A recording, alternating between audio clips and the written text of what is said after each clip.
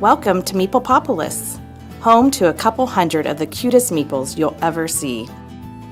Meet Appa and Tev's meeple and their daughter Binti. They absolutely love camping. In fact, it's their favorite thing to do together whenever they have free time. With the arrival of their newest family member, an adorable meeple named Ivan, Appa and Tevs can't wait to take him on his first camping trip. The time finally arrives. The meeples pack up their car and head out to their favorite camping spot. But it's not long before they notice their youngest isn't quite as fond of the great outdoors as everyone else.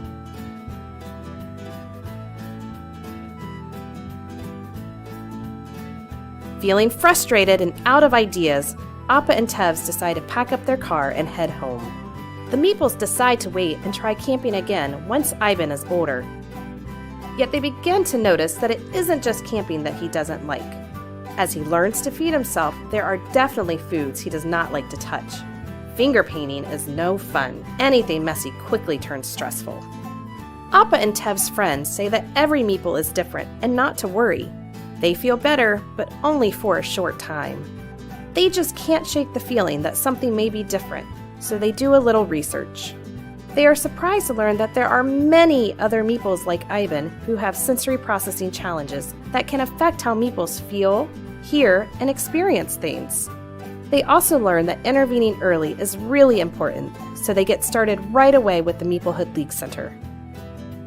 Miss Brandy, an early intervention specialist from the Meeplehood League Center, comes to their home.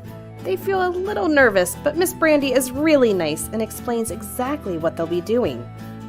She asks them what they want for their family, and the meeples share how much they love camping and how stressful their last camping trip was. Together, they come up with a plan. They get out the finger paint. Miss Brandy suggests that first Appa, Tevs, and Binti put some paint on a plate in front of them and talk about it while touching it and having fun. Ivan listens and watches. Then Tevs has an idea. What if we give Ivan a paintbrush so he doesn't have to touch the paint? Every day, Appa, Tevs, and Binti introduce Ivan to different textures and experiences. Some days go better than others, but overall, there are big changes happening. The meeples are so excited by this progress that they begin to imagine that camping together may actually be possible one day. They decide it's time to tackle the grass. Miss Brandy suggests that they start with putting socks on Ivan so the grass feels less prickly on his feet.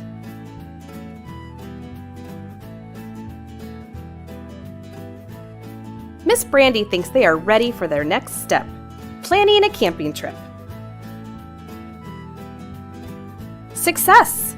It's hard to remember that just a short time ago, the meeples weren't sure if they'd ever be able to camp as a family, but early intervention changed that, and they couldn't be happier.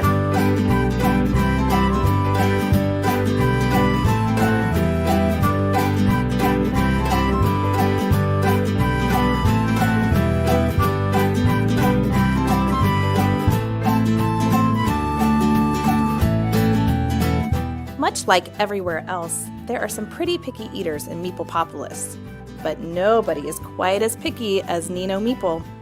Mealtimes in this house can be pretty stressful for Macca and Isa. Nino doesn't like anything they offer him. He will only eat finger foods. Not only is cooking for an extra picky meeple tough to do, eating out is no longer a treat. Sometimes Macca worries, but she assures herself that if he gets hungry enough, he will eat. During a regular checkup, Nino's meepleatrician notices that he is a little small for his age. After getting the inside scoop from Macca and Isa, the cause becomes quickly apparent.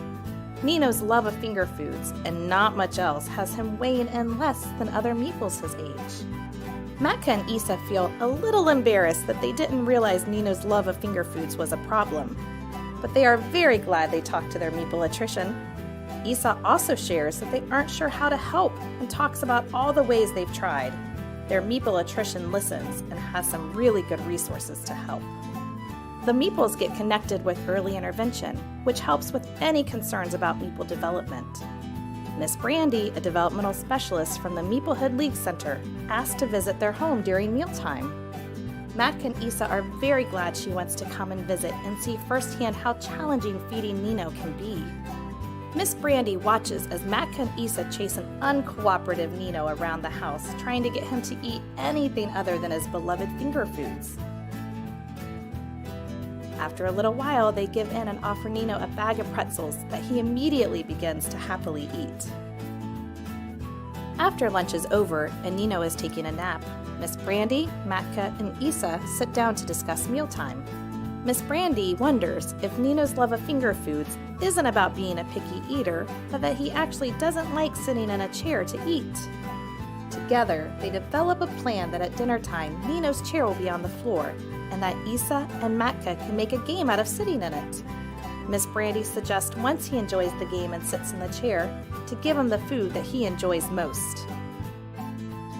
It's dinner time, and time to try out the new game. Matka and Isa take turns pretending to sit in the chair, but they're too big. Who else could try to sit in the chair? Oh, it's Nino, and he fits just right.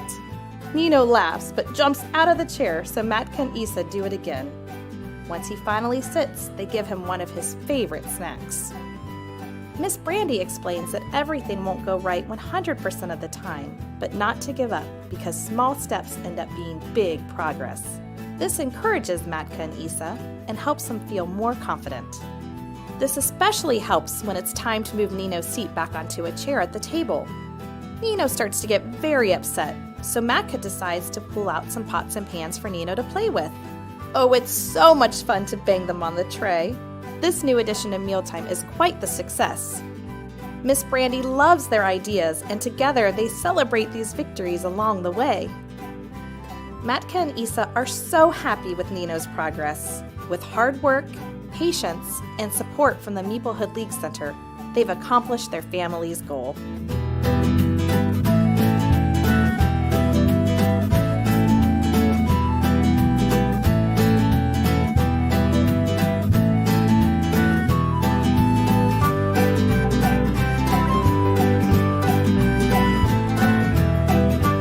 Welcome to Meeplepopolis, home to a couple hundred of the cutest meeples you'll ever see.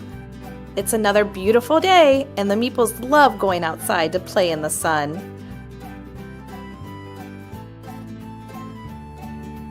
Anya and Yarrow decide to go to their favorite playground to have some fun. Yarrow relies on Anya to get her around because she has physical challenges. Anya doesn't mind because she loves spending time with her meeple, although she does find herself running around a lot just trying to keep up.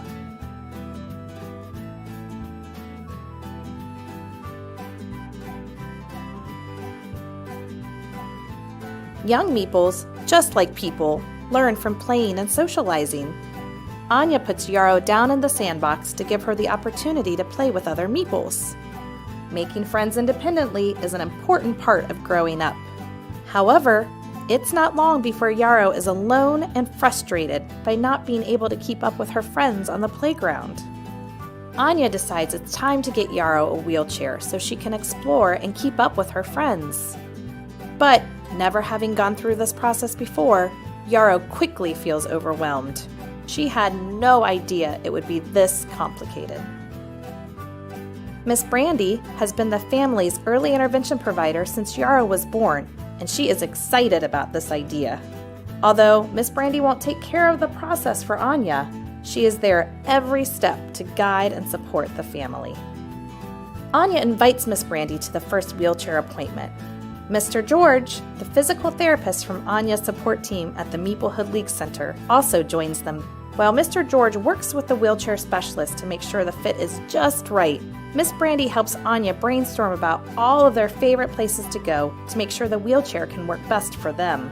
The visit starts to run long, as they sometimes do, and Yarrow is getting very tired. Miss Brandy helps keep Yarrow entertained by playing a game together. A few hiccups with the chair fitting, and it seems there's no end in sight. But as time drags on, Anya begins to feel frustrated and decides she needs a break. Miss Brandy and Mr. George continue talking with the wheelchair specialist about what the family needs and wants. After a moment, Anya and Yarrow return, ready to finish the appointment. After a long and difficult process, they finally have a wheelchair. It's time to get Yarrow out with her friends. As Anya watches Yarrow play and move around on her own, she can't help but feel grateful. She has a team who encourages her to decide what is best for her meeple and who supports her in making that happen.